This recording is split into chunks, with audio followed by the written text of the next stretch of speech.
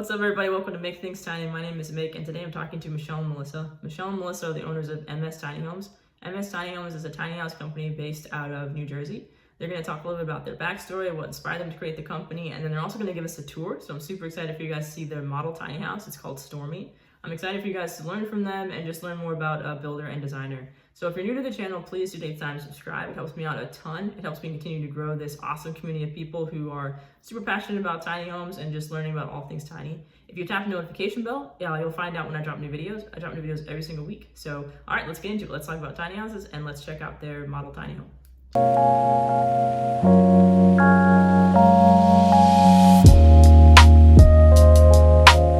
So I'm here today with Michele and Melissa. Michele and Melissa are the owners of MS Tiny Homes, which is a tiny house company based out of New Jersey. Thank you so much for being on the channel. I'm excited for people to just learn more about you guys as people, learn more about your business, get a short tour in. So if you guys don't mind just talking a little bit about your background and what prompted you to create the company and get you interested in tiny homes, and then we'll go from there. Yeah, absolutely. And thank you so much for having us. I'm Michele. This is my partner, Melissa. And I guess our tiny house journey started about 10 years ago. I was kind of between housing, and I saw a documentary about a young guy who built his own tiny house, and I just watched it a few times over, and I said, man, that sounds like something I want to do. I've always kind of been a DIYer since middle school, taking wood shop. I just kind of ran with it. So my brother had just bought a house, and he had a broken down shed in his backyard, and I said, can I turn that into a tiny house? And he allowed it. So I started building, and about halfway through putting up the roof, the town came knocking on the door and said, hey, do you have any permits for what you're building back there? And I was a 20-something that didn't really know the whole due diligence process, and I didn't realize you can't just live in a man-made shelter in your brother's backyard in the state yet. So that didn't end up working out, but I kind of just always stayed in the industry. I always followed tiny house companies and just always thought it was a really novel idea. And then, we kind of got into it in full blown, and now I'm just kind of living the dream. So. Yeah, and I've always worked in construction offices, since 2011. I worked for some custom builders, framers, roofing, siding, windows, solar. I've kind of seen all the different processes. I did a lot of project management, being in charge of the guys in the field and doing reports and always looking at the pictures and sometimes going to the job sites. But I always wanted to be a little bit more hands-on, so being a homeowner and living actually in a small 600 square foot house almost all of my life, I was super intrigued when I started watching HGTV and the tiny house movement. So I always kind of wanted to get into it. So we both were kind of on the same page with that. Yeah, about 2 years ago, we found ourselves really wanting a career change. And we kind of had an opportunity that we could take some time off and, find something new. And so we literally just packed a few bags, piled in your SUV, and without any destination or timeline, just sought adventure and said, let's see what the rest of the country is up to. Let's be inspired. So that's what we did. In about a week in, we're in a small town in Kentucky in a very small cabin, and we're just enamored by the beauty of it all. And Melissa turns to me and says, what if we did something like this? And I was like, what do you mean like this? And she's like, tiny houses. And my ears perked up, and I'm like, tiny houses? I've always wanted to do tiny houses. So we ended up looking up a workshop about, that covers the fundamentals of how to build a tiny house. And it was, we found one right outside Atlanta, Georgia in 3 weeks. And so we signed up for the class, and for those next 3 weeks, we turned it into a research trip, and we stayed in every tiny house we could find on the road.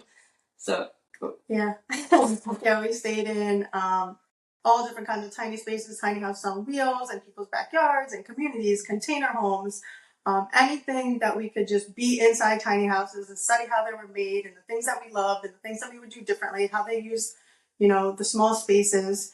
And we loved it. And after the class, we wound up buying a custom tiny house trailer and the plans and the book and everything from that builder. And we were like, okay, we're going to wait for our trailer to come, do all the research, read the books, watch the YouTube videos, and we're doing it. And that's what we did. Yeah, that's really how.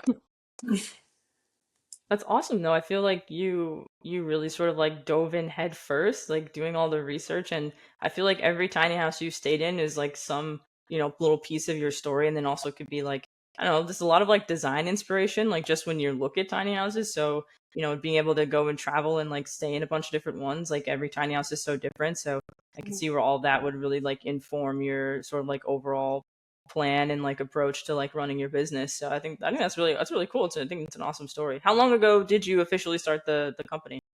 We started in 2022. We started. Okay, cool. So not too long ago. No. What sorts of like models do you offer, or like what do you sort of envision in terms of the types of designs that you create for the different builds?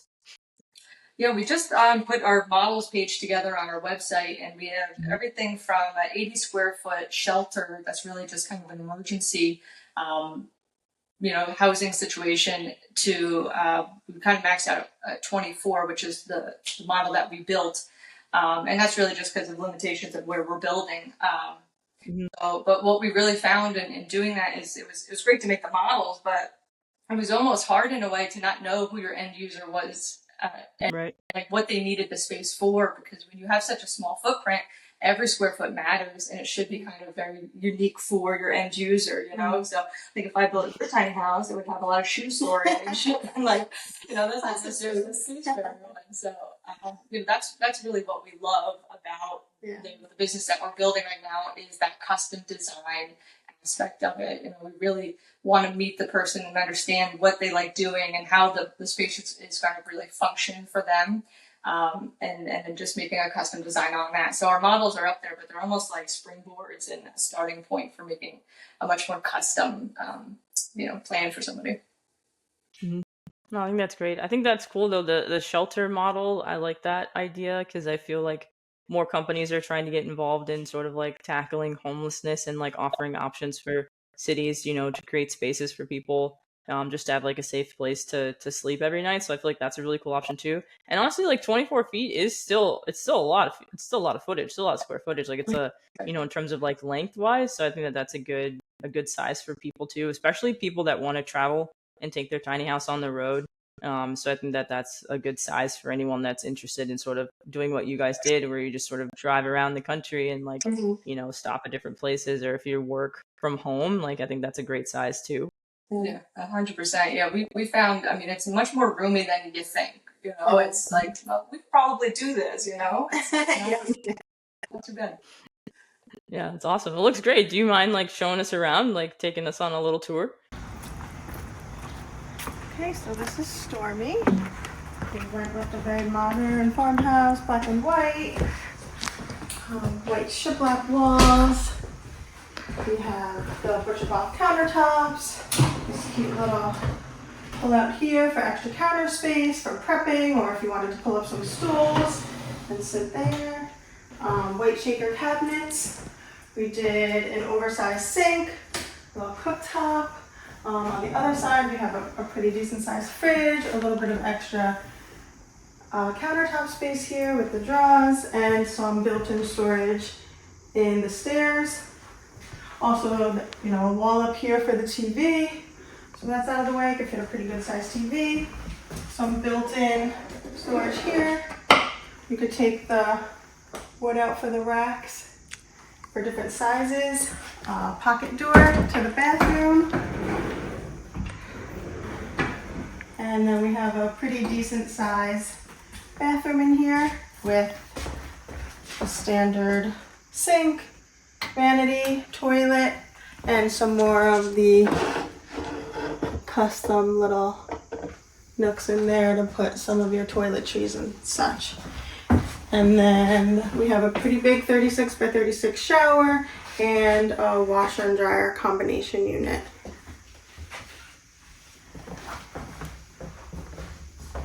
And then we have stairs up to the loft. The loft up top can fit a queen size bed. There's a little storage on the other side of the wall and a custom headboard with pegboards.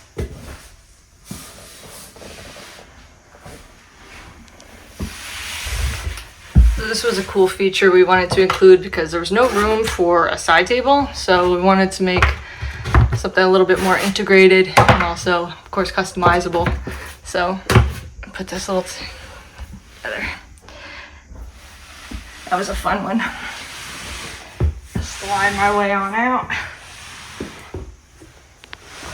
And then on the other side, we have a second loft that we made big enough to fit a twin-size bed, you know, to have a little bit more sleeping room.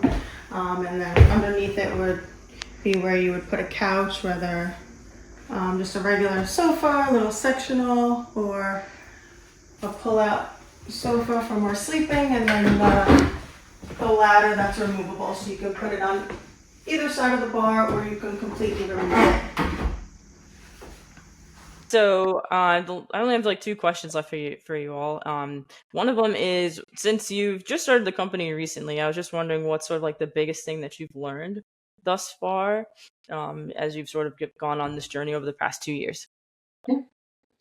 What I love about the tiny house industry is that everybody kind of got into it. I feel like most people that I talked to, because of HGTV, and it was so trendy and everything was so cool, you know, you can travel, you can live in different, you know, parts of our country and, you know, explore kind of. It was like a little bit of a way to kind of see different parts of the world, and it's almost like glorified camping or full-time living. And it became kind of trendy, but now being immersed in it a little bit more, it just fits so many different walks of life. I mean, just with the housing crisis that I know where we live, it's been astronomical, the pricing that has kind of gone up, and kids out of college can't really afford housing, and some, you know, people in the middle of their lives, if they have become widowed or they are single and they can't afford to be a homeowner on their own. And then there's also people that are living off of Social Security. So on one income, you know, it's hard for them to afford to have a mortgage. So it just kind of fits, having a small house, having a small space, you know, having smaller bills. It's affordable, you know, for pretty much any age range. So it really works to help solve the bigger issue. Yeah, and really one of the biggest things that kind of like sticks out to me is like how collaborative the community of tiny house people is. I mean, like we're just kind of getting our feet wet, and there's been like no shortage of resources for us, and mostly free. You know, just people love talking tiny, like what you're doing here, and like I know companies out there just like provide free education, and like we'll jump on a phone call or a meeting or just like answer any kind of question you have, and it's not like, well, these are my secrets, like you can't, I'm not going to share them with anybody. Like everyone is like, we all have a common goal, you know, we all want to see tiny houses like be in the mainstream and be allowed, and I think we're all just like working together towards that. And I've never been part of such a community of just like-minded individuals that are all just like pushing for the same thing and just willing to help each other. I mean, it's really, really kind of a novel thing. You don't see that a lot. Yeah, I agree with you. I think that the community part is what keeps all of us in the industry. I think we all sort of gravitated towards it for kind of similar reasons. Like maybe you wanted like a slower pace of life, or like me, like I watched HGTV for like 20 years and I love all the tiny house shows, but it's so different when you get inside the industry and you like meet all of the people and you learn about everyone's reasons for going tiny and you go to the different festivals and stuff. Like, yeah, it's a really cool community. I don't think you'll find anything like this outside of this particular industry, because you're right, like there is too much competition otherwise. Like I think that other people naturally will just see each other as competition, but there's so many builders and there's so many options for people. Like if they don't like one company, they can go somewhere else, and that's okay. It doesn't mean that, you know, people won't come to you, because, you know, everyone's doing something a little bit different. And then there's the location part too. And I know for some people, being able to find a builder like locally is great because it saves money on your shipping costs, you know, for like delivery and stuff like that too. So I think that makes a lot of sense. Yeah, we constantly are referring our customers to like other builders, like, oh, if you need that done in that time frame, you might want to check out these guys. They're really quick. Or if you're looking for special feet, like, you know, we know we're not going to be a one size fits all for people, but we don't, you know, there's so many other good quality builders out there and designers that, you know, if it's not us, like let us help you find the one who it is, because at the end, like you want a tiny house? It's like, that's awesome. Like, let's help you get there, kind of thing. Yeah, no, that's cool. What sort of advice would you give to someone who's like interested in going tiny, or maybe like they're watching this and they're thinking like, okay, well maybe I can start my own tiny house company too. Like, what would you say to them? I would definitely say just try to educate yourself as much as you can. I know, going into something new, it may seem overwhelming. You don't know where to start. Always ask questions. If you have a specific state even that you want to go to or land that you're looking to buy, go to the local authorities, the building department, try to find out the zoning laws. The biggest issue is always, I want a tiny house. Where can I put it? Where can I legally live in it? So definitely, try to find out as much as you can about the area that you want to live in, do some research on builders, watch YouTube videos, read books, just immerse yourself in it as much as you can. If you have the opportunity to travel and stay in some of them, learn as much about tiny living as you can, and just get that experience. Yeah, I think that was the most beneficial thing, that we stayed in a bunch of them, and we like understood like, okay, so this is how much storage I could probably expect, and this is what I would need to pare down to, and just like that kind of framework to go from a traditional house to a tiny house. Like, I think one of the biggest hurdles is paring down what you have, Right. and having a realistic idea of what it's going to feel like by staying in, find an Airbnb in your area or something like that. Would be like super helpful to be able to picture yourself in it, and go through it. So yeah, and just the consultations are out there. We always offer free consultation, just because knowledge is power. So look for, we're not the only resource that does that. There's a lot of people out there that are willing to kind of tell you, even if you don't have all the answers, like what questions to ask, because that could be difficult too. Yeah. No, I think that's really good advice, especially because like what you guys did, it seemed to have a really positive impact on your overall sort of like feeling like confident in creating the company too. And so yeah, I would say like for sure, if people can get out and like actually take a look at them, it's very different to watch the TV shows compared to like actually standing inside of a tiny house and seeing what the square footage actually feels like. So yeah, I think that's really great advice. Cool. Well, thank you guys so much. I appreciate you taking time to chat with me, and I'm excited for people to just learn more about you all. Links to everything that you're doing will be in the video description. So your website, social media, they can reach out to you guys, ask questions, or hopefully fall in love with one of your models. And I appreciate you taking the time to sort of show us around so we can get a chance to see the model that you've put so much work into and love. So thank you guys so much. I appreciate it. Yeah, thank you so much for reaching out. It was a pleasure.